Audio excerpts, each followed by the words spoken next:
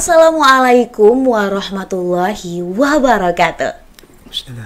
Halo pemirsa setia Sultan TV dimanapun Anda berada. Kembali lagi bersama saya Raudloh Rida dalam dialog bincang hari ini.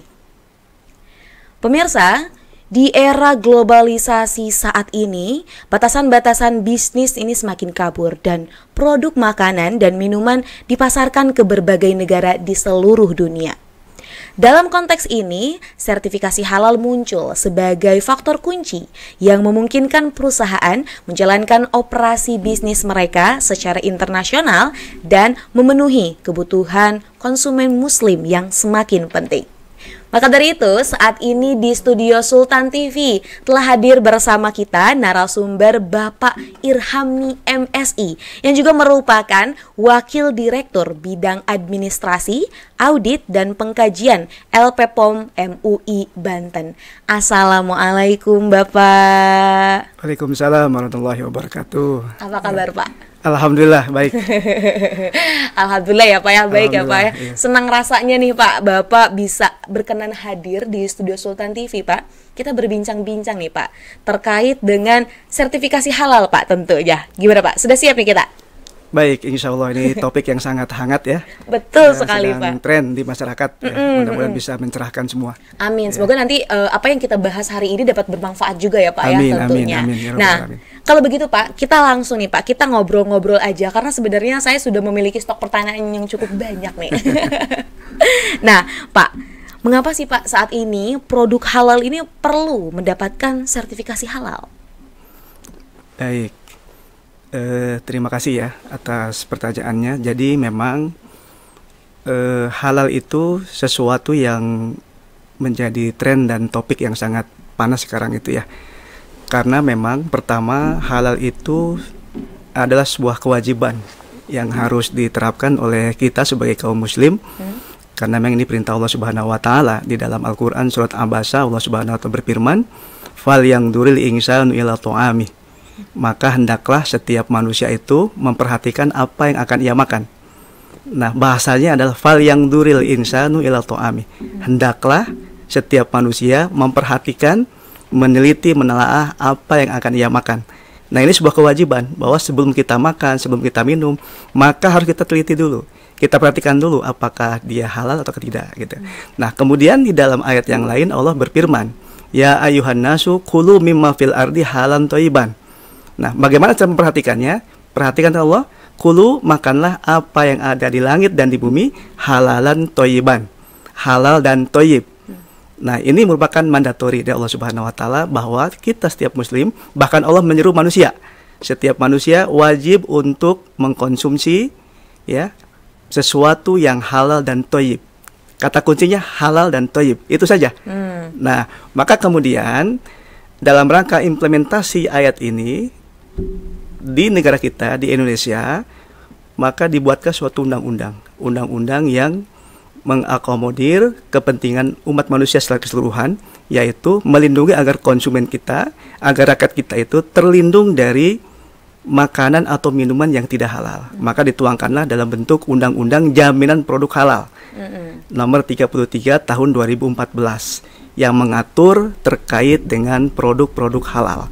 Nah, di dalam pasal 4 dikatakan bahwa semua produk atau barang yang beredar di negara Kesatuan Republik Indonesia wajib bersertifikat halal.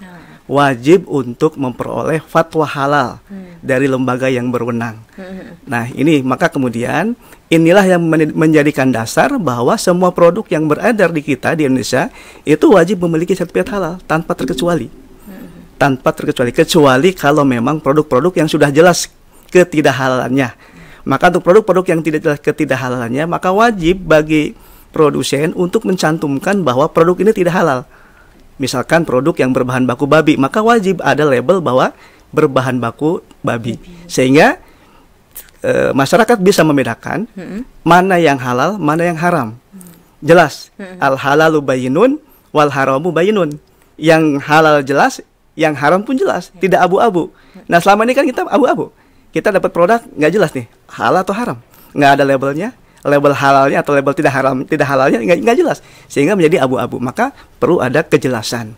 Nah, kemudian selain itu, jadi kenapa produk harus disertifikasi? Karena ini kewajiban agama dan juga kewajiban negara, kewajiban sebagai masyarakat warga negara Indonesia yang tertuang dalam Undang-Undang Nomor 33 Tahun 2014 tadi tentang jaminan produk halal. Manfaatnya apa? Tentu banyak.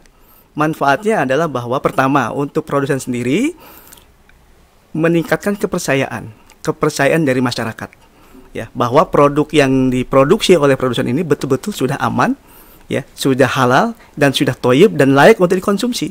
Nah, secara tidak langsung ini akan menaikkan oplah dan omset bagi si pelaku usaha. Bagi masyarakat kita tentu dengan adanya sertifikat halal ini merasa nyaman, aman dan bebas untuk memilih produk. Kita tinggal melihat apakah produk ini sudah ada label halal tidak. Ketika sudah melihat ada produk berlabel halal, maka hatinya sudah aman, sudah nyaman, nggak ragu-ragu lagi, gitu kan? Gitu kan?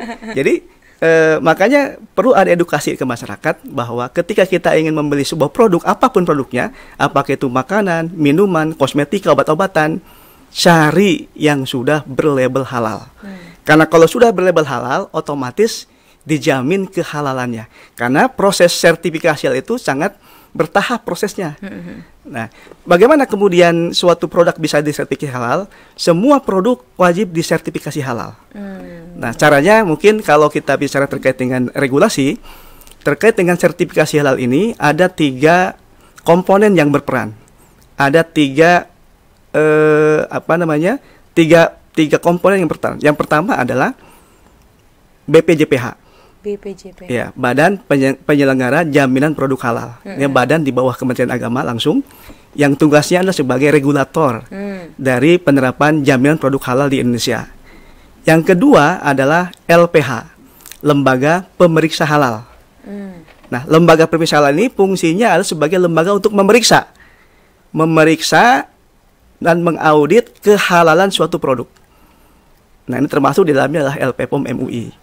Jadi LPPOM MUI Banten merupakan salah satu dari sekian banyak LPH-LPH yang ada di Indonesia. Banyak LPH-LPH yang lain yang tugasnya sebagai lembaga pemeriksa halal. Dan yang ketiga adalah MUI, Majelis Ulama Indonesia. Dalam hal ini adalah komisi fatwanya. Nah, di Majelis Ulama Indonesia inilah, ya, fatwa halal dikeluarkan. Jadi yang memfatwakan kehalalan suatu produk adalah Komisi Fatwa Majelis Ulama Indonesia. Nah, ketetapan halal atau fatwa halal yang dikeluarkan oleh MUI itu menjadi landasan, menjadi dasar bagi lembaga BPJPH, untuk mengeluarkan sertifikat halal. Nah, jadi kalau belum ada fatwa halal dari MUI, maka BPJPH tidak bisa untuk mengeluarkan sertifikatnya. Nah, itu barangkali. Jadi mekanisme bagaimana? Mekanismenya yang diatur dalam undang-undang adalah pertama pelaku usaha, apakah itu UMKM maupun perusahaan besar menengah dan seterusnya begitu, mengajukan permohonan untuk sertifikasi halal ke BPJPH dengan menyerahkan beberapa dokumen-dokumen yang harus disertakan. Baru kemudian nanti BPJPH akan memverifikasi keabsahan dari dokumennya. Nah, setelah itu kalau sudah absah dan divalidasi, kemudian BPJPH akan menunjuk LPH mana yang akan memeriksa produk itu. Nah, maka nanti kemudian LPH akan bekerja. Nah, setelah LPH bekerja, memeriksa, ya, kemudian meneliti serta mengaudit produk yang akan disertifikasi itu, hasilnya, ya, rekomendasinya diserahkan ke MUI untuk disidangkan oleh MUI dan dikeluarkan fatwanya. Kalau memenuhi persyaratan, maka MUI akan mengeluarkan fatwanya dalam bentuk ketetapan halal, dalam bentuk fatwa tertulis. Nah, dalam bentuk ketetapan halal. Nah, ketetapan halal ini nanti kemudian akan diserahkan ke BPJPH sebagai dasar BPJPH untuk mengeluarkan sertifikat halal itu. Nah, ini barangkali sekilas tentang bagaimana prosedur dalam hal pengurusan sertifikasi halal. Nah, jadi memang tadi kita balik lagi ya Pak ya, bahwa kalau masih ada yang bertanya tentang mengapa sih penting banget kenapa satu produk itu harus mendapatkan sertifikasi halal, tentunya Pak ya kita sebagai manusia kiranya bisa mengkonsumsi, bisa menggunakan sesuatu itu halalan thayyiban ya Pak ya. Betul, nah, ya. dengan begitu juga akan mendapatkan keberkahan ya Pak ke dalam kehidupan kita. Dan tadi juga Bapak telah menyinggung nih terkait dengan bagaimana cara ataupun prosedur terkait dengan sertifikasi halal.